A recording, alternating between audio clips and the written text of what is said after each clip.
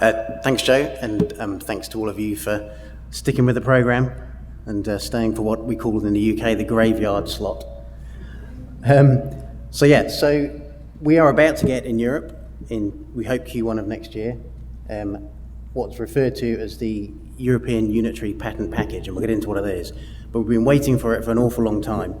And to give you some context as to how long we've been waiting for it, so that little kid in what my mum assures me was a very fashionable outfit at the time, back in about 1975, was when people first started talking about having a single European Union-wide patent. And here we are now in 2016, and finally it's about to happen. So what is this package? Well, it comes in two parts. There is the European Unitary Patent. So as Joe said, that is a single patent that gives you protection across the whole of the EU. Alongside that, we get the Unified Patent Court. Now this is a single court, has several seats around Europe, but it's ostensibly a single court which has jurisdiction not only over this new European Unitary Patent, but also over existing European patents that have already been granted.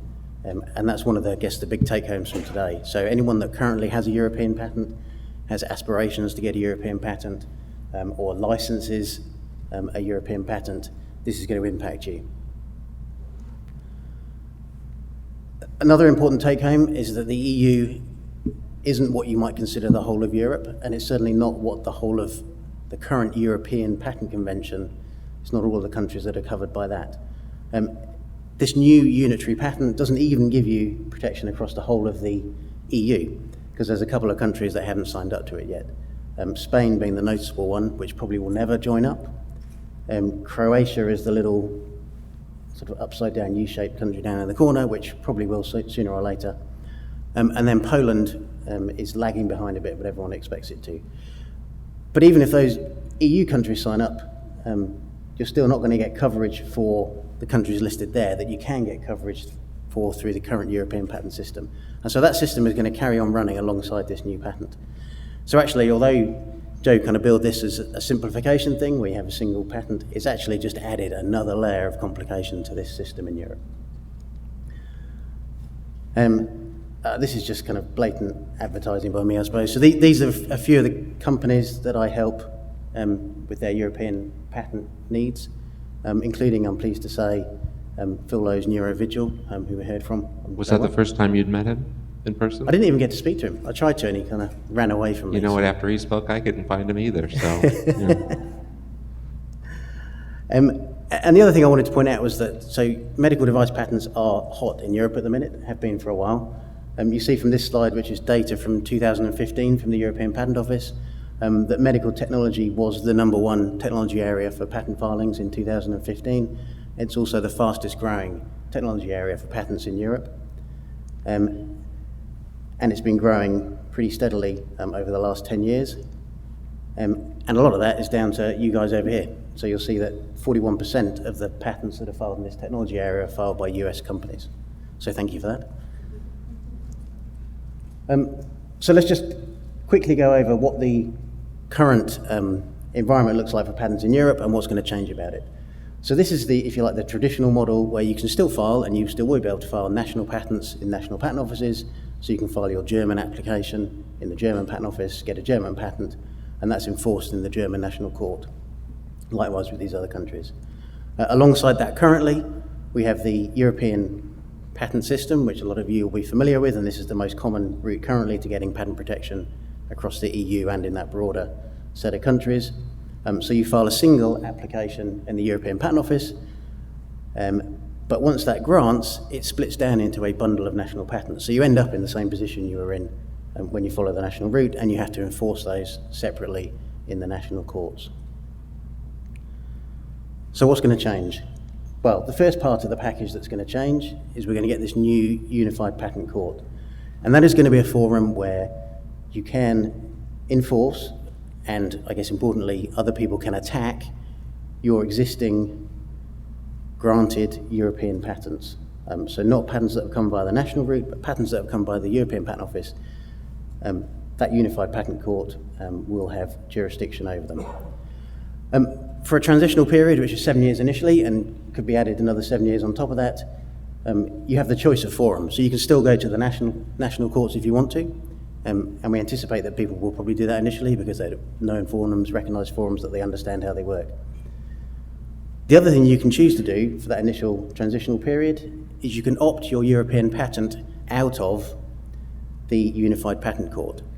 So if you have currently granted European patents and you're a bit nervous about this new court that's been set up, you don't know whether they're going to be pro-patentee or pro-defendant, you can opt your patent out of that system. So for your existing patents, the only forum will remain the national courts.